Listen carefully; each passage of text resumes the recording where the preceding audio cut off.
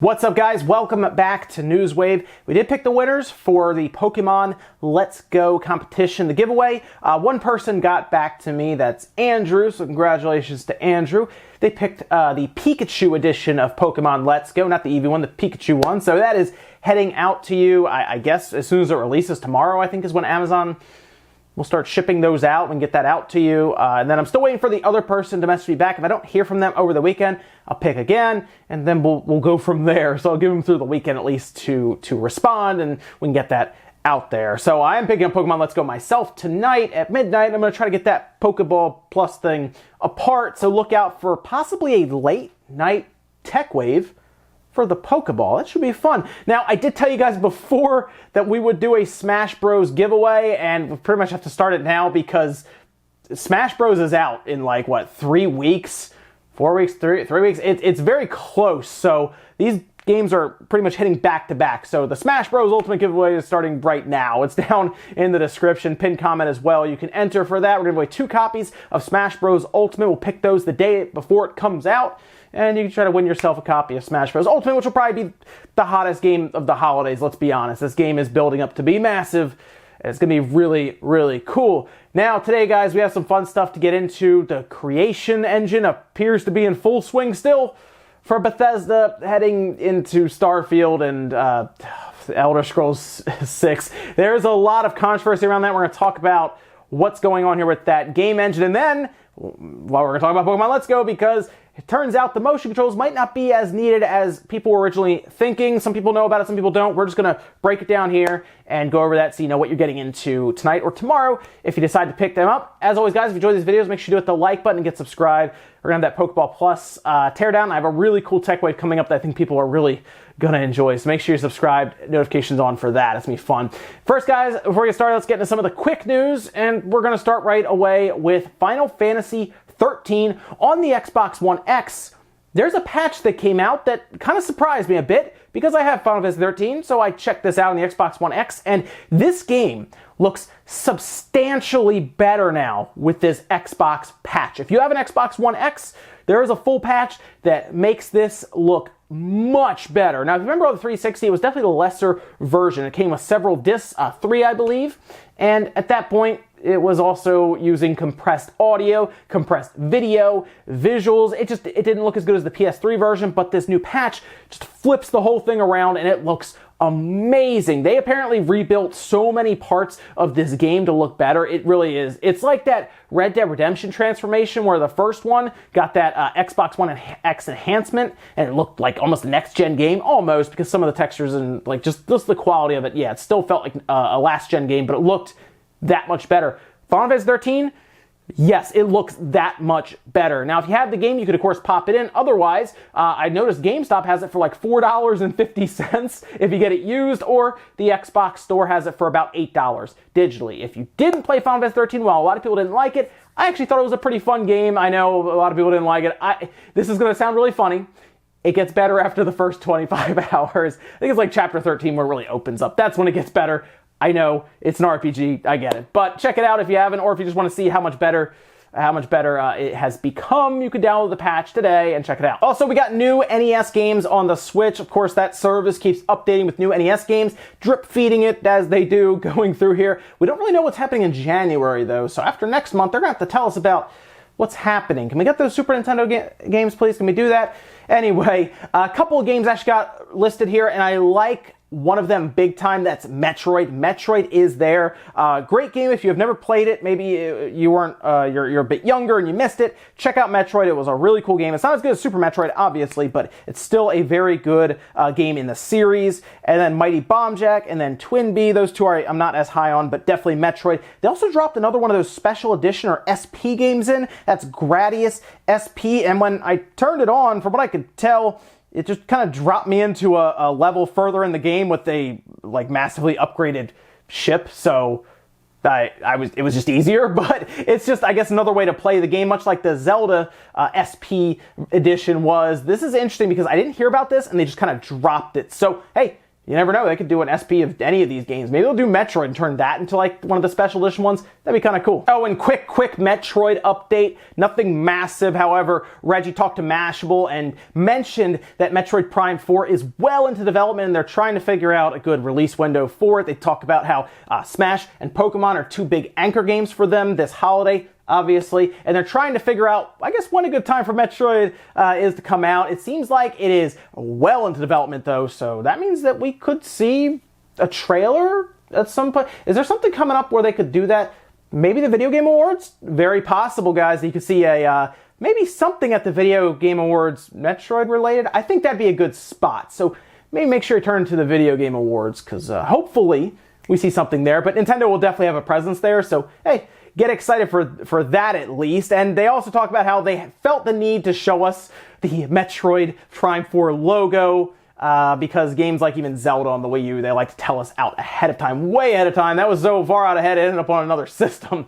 But Metroid Prime 4, obviously on the Switch, and they just wanted to let us know. I'm happy. I just wanted to know it was coming, and now that I do, they can take the time. I just want it to be good. All right, guys, some quick news out of the way. Let's jump into the bigger stuff, and we're starting right away with an announcement that got people very, very excited. Do you remember when E3 took place and EA showed off Command & Conquer on stage, and it was a mobile phone game? Whether or not that phone game was actually good, it didn't go over well with fans because they saw Command & Conquer is now a mobile IP, basically, right? People weren't happy. There was backlash. People made fun of that segment, and it didn't go over very well with fans. They were very vocal, and hey, EA heard everyone because they're remastering some old Command & Conquer games. Oh yes, they talked about it. There's a whole bunch of stuff going down for Command & Conquer, so if you're a Command & Conquer fan, get ready. Remasters of Command & Conquer and Red Alert are both on the way officially. They didn't say any other systems. They said PC, but they didn't talk about, like, you know, Xbox or PlayStation or anything. Xbox, interestingly enough, now has mouse and keyboard support, so this could go to that. But they really just talked about how, hey, a new Command & Conquer game is coming, and I think they just wanted to put that out there. They also mentioned in, again, another announcement that Frank Klepacki is actually going to be joining them on this project. He actually did a lot of work, big-time work, on the music throughout the series that a lot of people will probably remember when they hear it. So it seems like they're going pretty much all in with this, bringing pretty much the old crew back together to do it. And one thing that got put out there, because I know what we're thinking, because it's EA, no microtransactions apparently. At least that's what they say for now. We'll see, but because with EA, I mean, come on, they'll put microtransactions after it comes out. But at least for now, they're saying no microtransactions, remasters of Command & Conquer. I like to see this as them kind of, you know, a peace offering from EA after what they turned Command & Conquer into there for a bit. We'll see. Let's let these games come out and then judge them then. But so far, I'm liking what I'm seeing here. Next up, let's talk about Bethesda and what they're doing with their engine. Now, if you missed it, Fallout 76 did come out yesterday, and didn't go very well. All I saw on Twitter were bugs and glitches, and the user score is looking pretty good because no one really reviewed it because it got put out there to reviewers kind of later. It's obviously an online game with multiplayer aspects, so you have to play a good bit of it to get the hang of it, and you have to find people even to play with, again, to get the hang of it and see how everything works together. So reviews are taking a bit longer to get out there, and users are kind of chiming in themselves. It's very buggy, very glitchy, and it's kind of what you'd expect after seeing what we've dealt with things like, obviously, Fallout 4, which is fairly buggy, didn't run the best on consoles, and now they add online into the mix, and yeah, it's going about as well as we kind of all figured it would go. So a lot of people were wondering,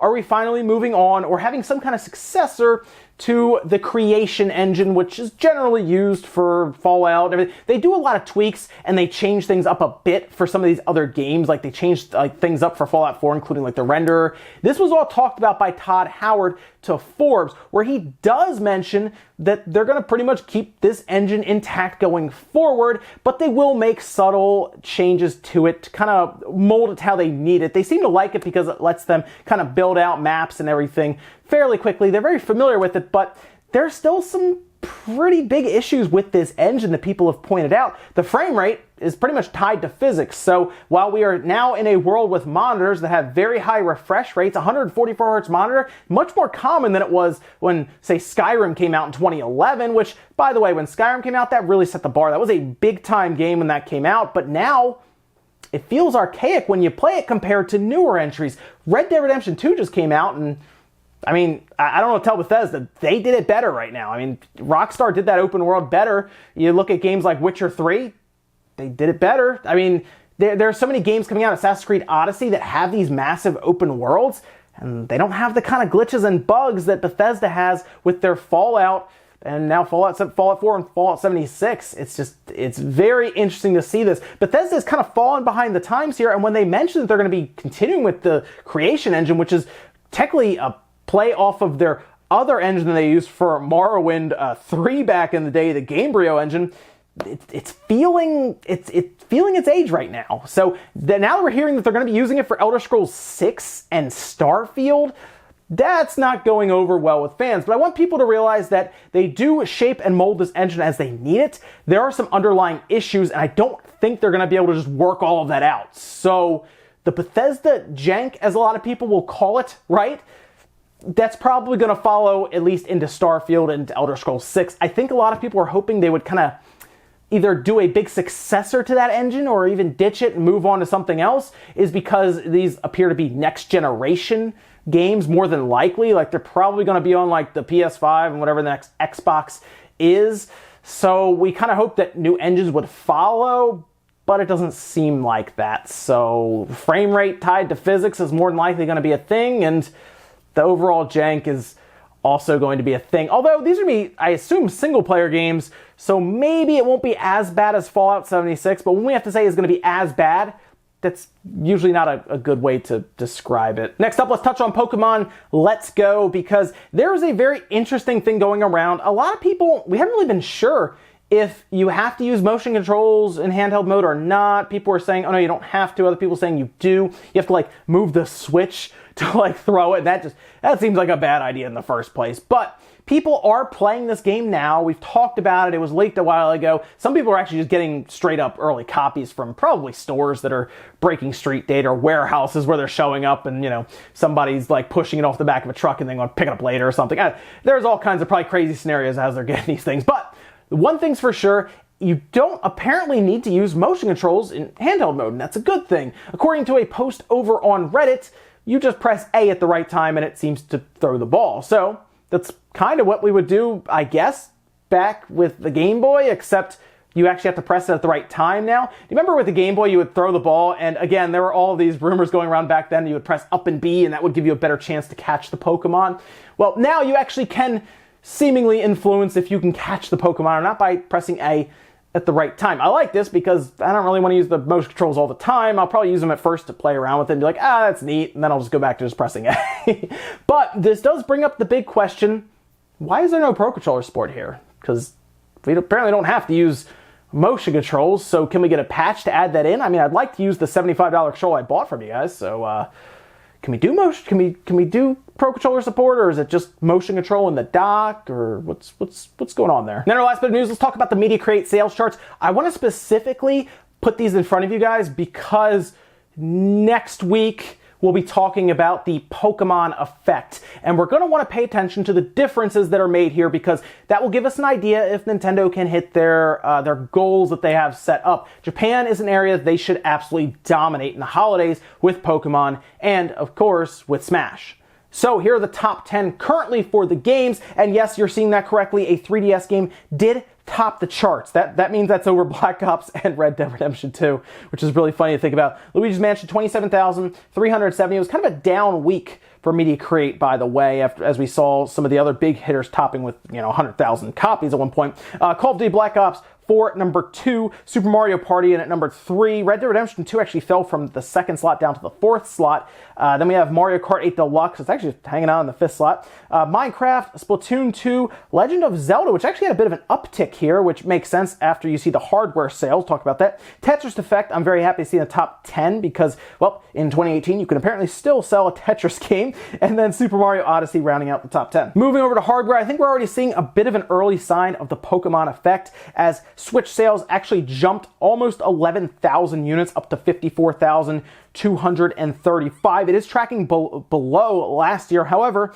Pokemon and Smash will obviously launch this thing like crazy coming up here soon, so we're going to want to keep an eye on that. The PS4 below that, 16,081.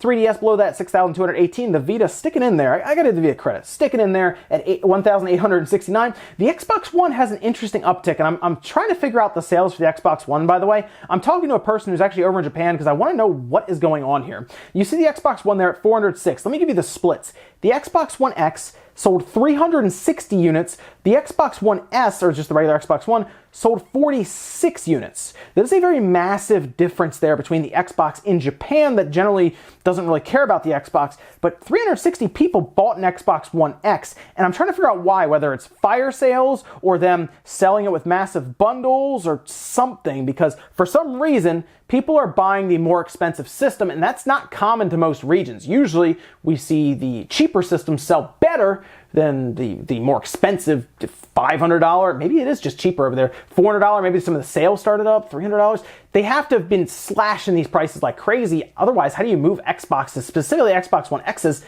in Japan? Either way, that's where we are now. Just over 50,000 units or so. Keep that in mind going into next week, because we're going to be expecting minimum, I would say, at this point, 150 to 200,000 Switch units to sell. I think that's a fair ballpark estimate for Pokemon Let's Go effect, and it's going to be very interesting to see. It's going to, of course, be launching on Friday. I believe Friday and Saturday should track. I don't know if they do a minute release there, but Friday and Saturday should track in the media creates, and we'll see how many people bought a Switch and Pokemon Let's Go on launch day and the first day of the weekend. And ladies and gentlemen, that's going to do it here for Newswave. If you enjoyed this video, guys, make sure to hit the like button. It does help out. If not, hit the dislike. Leave comments down below about everything we talked about today, whether it is Bethesda with their engine. Are you playing Fallout 76 right now? And can you give me an idea of how buggy, or maybe even not buggy, maybe you haven't run into any bugs with this game? I'm very curious if it is getting in the way of your experience, because people I've talked to have played it saying it very much is. And are you picking up Pokemon Let's Go either tonight or tomorrow? I want to see the splits. Are you getting Pikachu, you getting Eevee, you getting both? Let me know, guys, down below. Thank you so much for watching, and I'll see you next time.